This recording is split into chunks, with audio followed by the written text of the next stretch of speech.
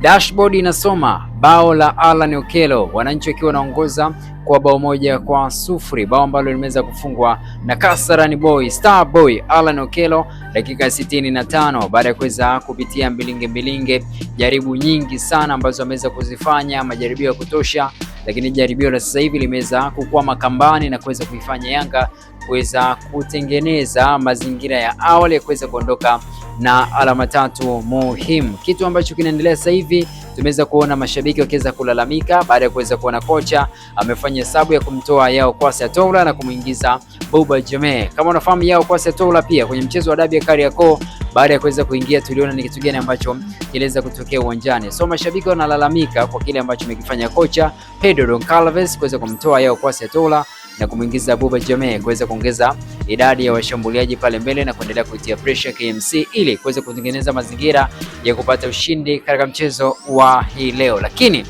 kuna kitu kinanukia Jangwani, yani ukocha huyu, kocha kuweza kutuseka dhidi ya KMC dadadeki.